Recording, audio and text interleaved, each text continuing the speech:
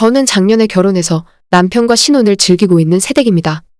남편과 저는 1살 차이가 나는 30대 초반이에요.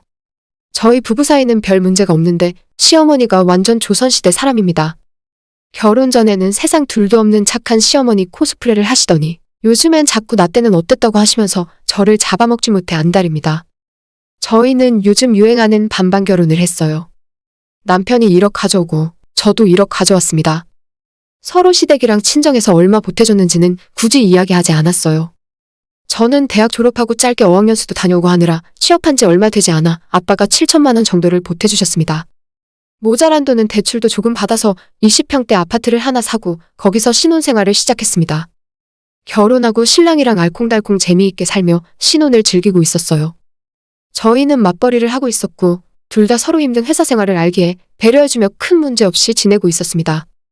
하지만 작년 추석부터 시어머니의 며느리 길들이기가 시작되었어요. 신혼집은 부천으로 구했고 저희 시댁은 인천 그리고 친정은 대전이었습니다. 평소에 시댁을 가려면 1시간 정도 걸렸고 친정은 3시간 정도 걸리는 거리였어요. 결혼하고 처음 맞는 명절이었는데 저는 요즘 세상에는 이런 시집살이는 다 없어진 줄로만 알았어요. 정말 인터넷에서나 읽었던 명절 시댁이 그대로 펼쳐졌습니다. 남편은 손끝 하나 까딱하지 않고 저한테만 일을 시키고 일하다 말고 시아버지의 명령으로 술상을 봐야 했고 명절 아침에 차례가 끝나고 나면 최대한 이것저것 문구적거리며 저를 친정에 보내지 않으려고 했어요. 이것저것 모두 힘들고 짜증나는 일이었지만 가장 싫었던 것은 시어머니와 둘이 주방에서 하루 종일 일하면서 계속 들어야만 하는 잔소리였어요. 저희가 결혼하면서 집을 반반하기로 하면서 남편과 합의 후에 쓸데없는 것 다 줄이고 간소하게 하기로 하면서 예단은 생략했습니다. 남편이 결혼 전 시부모님에게 다 이야기를 끝냈다고 하길래 저도 그런 줄로만 알고 있었는데 시어머니는 예단을 하지 않은 것이 불만이 많아 보였어요. 이렇게 못마땅해 하실 줄 알았다면 그까짓 예단 그냥 해버렸을 텐데 하지 않아도 된다고 했던 남편에게 화가 나더라고요. 처음엔 내내 하고 대충 대답하고 넘기려고 했는데 좋은 이야기도 한두 번이지 몇 시간 동안 예단 이야기를 듣다 보니 정말 화가 머리끝까지 났어요. 거실에 있는 남편을 불러 사실 확인을 하려고 했더니 시어머니는 갑자기 자기가 농담도 못하냐고 오히려 저를 예민한 사람으로 만들었습니다. 결혼 전에는 이런 분인 줄 몰랐는데 너무 당황스럽더라고요. 앞으로 시어머니를 매년 몇 번씩 봐야 하는데 앞날이 캄캄했습니다.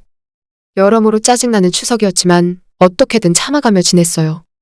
정말 싫었지만 막상 추석을 넘기고 나니 서로 얼굴 볼 일이 없더라고요.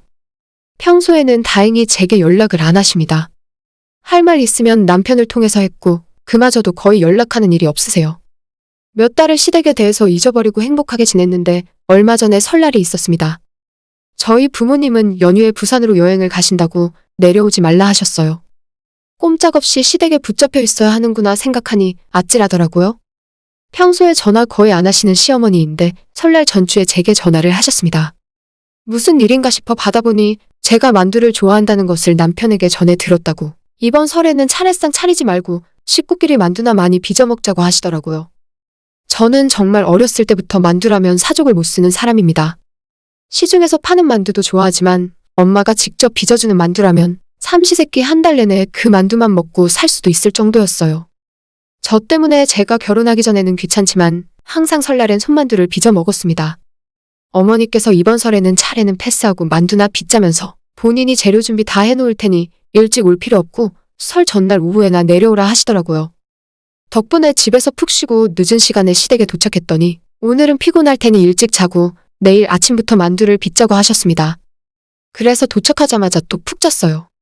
그리고 다음날 아침 저와 남편이 자고 있는 방문이 열리고 어머니가 저를 깨우셨어요. 시계를 보니 아침 6시였습니다. 이렇게 이른 아침부터 무슨 일인가 싶었는데 시어머니는 남편 깨우지 말고 조용히 거실로 나오라고 하시더라고요.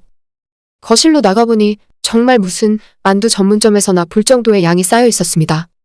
커다란 김장 다라에 만두소가 하나 가득 있었고 시댁 집안의 식구라고는 시부모님과 외동인 저희 남편뿐이었거든요. 대충 느낌으로 시어머니가 제게 시집살이를 시키려는가 보다 싶었습니다.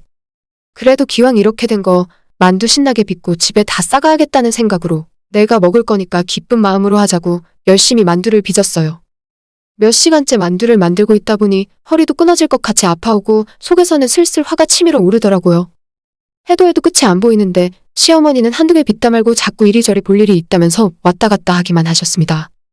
9시쯤 되니 잠에서 깬 남편이 나와 산더미같이 쌓여있는 만두에 놀라고 잔뜩 화가 난 저를 보며 또 놀랐어요.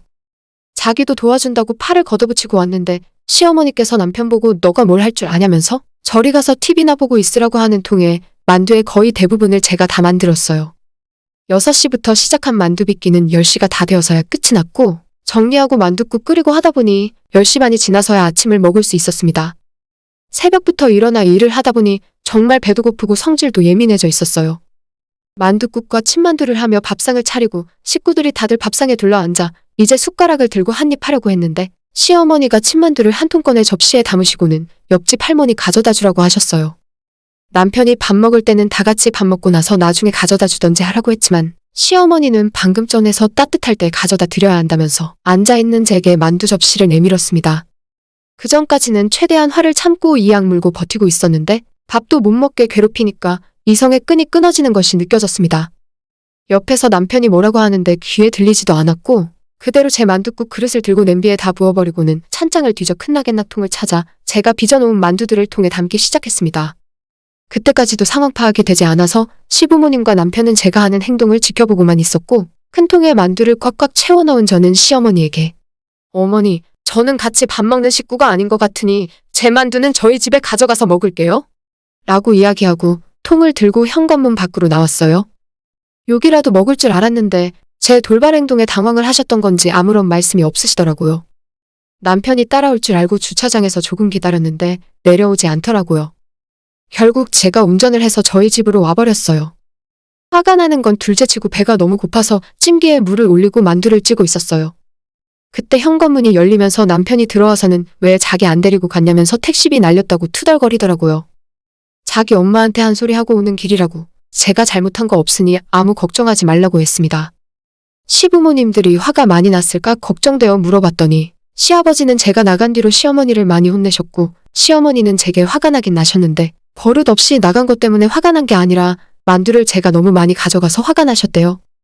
남편에게 앞으로 한 번만 더 시어머니가 나를 일꾼 취급하면 명절에는 각자 자기 집으로 가기로 하자고 했고 남편도 흔쾌히 그러자고 하더라고요. 솔직히 남편에게도 화가 날 뻔했지만 그래도 시어머니에게 한 소리 하고 왔다길래 한번 용서해주기로 했어요. 다음 추석까지는 시어머니 볼 일이 없을 것 같긴 한데 또 작년 추석처럼 일 시키고 못 살게 구는 것 같으면 그냥 참지 않고 이번 설날처럼 집으로 와버리려고요. 제가 굳이 미움받으며 시집살이를 하고 시어머니에게 잘 보일 이유는 하나도 없는 것 같습니다. 오늘의 사연은 여기까지입니다. 구독과 좋아요, 알람 설정 부탁드려요. 다들 행복하시고 좋은 하루 되세요.